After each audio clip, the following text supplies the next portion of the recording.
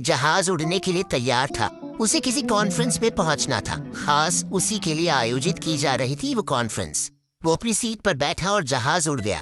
अभी कुछ दूर ही चला था कि कैप्टन ने ऐलान किया, तूफानी बारिश और बिजली की वजह से जहाज का रेडियो सिस्टम ठीक से काम कर नहीं रहा है, इसलिए हम करीबी एयरपोर्ट पर उतरने के लिए मजबूर हैं। जहाज उतरा और वो बाहर निकलकर कैप्टन से शिकायत करने लगा। उसका एक एक मिनट कीमती है।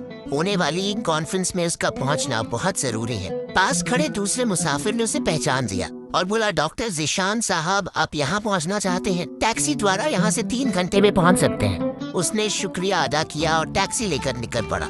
लेकिन ये क्या, आंधी, तूफान, बिजली, बारिश ने उसका चलना मुश्किल कर दिया। फिर भी वो चलता रहा। अचानक ड्राइवर को एहसास हुआ कि वो रास्ता भटक चुका है। नाउमीदी के उतार चढ़ाव के बीच उसे एक छोटा सा घर दिखाई दिया। इस तूफान में वही गनीमत समझिए कि गाड़ी से नीचे उतरा और दरवाजा खटखटाया। अंदर से आवाज आई, जो कोई भी है अंदर आ जाए। दरवाजा खुला है।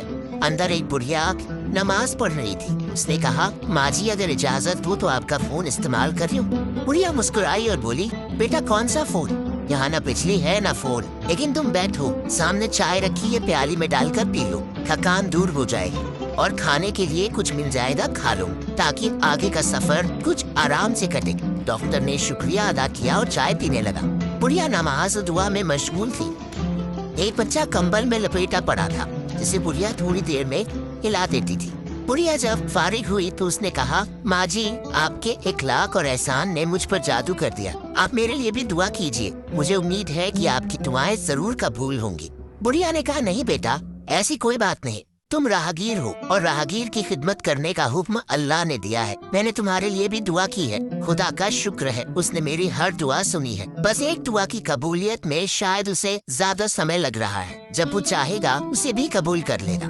तब डॉक्टर ने पूछा, कौन सी दुआ? बुढ़िया ने बताया, ये जो बच्चा तुम्हारे सामने अधमरा पड़ा है, मेरा पोता है। ना इसकी माँ जिंदा है ना बाप। इस बुढ़ापे में इसकी जिम्मेदारी मुझ पर है। डॉक्टर कहते हैं इसे खतरनाक मर्ज है जिसका वो इलाज नहीं कर सकते। कहते हैं एक ही नामवर डॉक्टर हैं, उनका नाम है ज़ीशान। वो इसका ऑपरेशन कर सकते हैं, लेकिन मैं बुढ़िया कहाँ उस तक पहुँच सकती हूँ? जाऊँ भी तो पता नहीं वो देखने पर राजी हूँ या नहीं। अल्लाह से दुआ है कि मेरी मुश्किल आसान कर दे।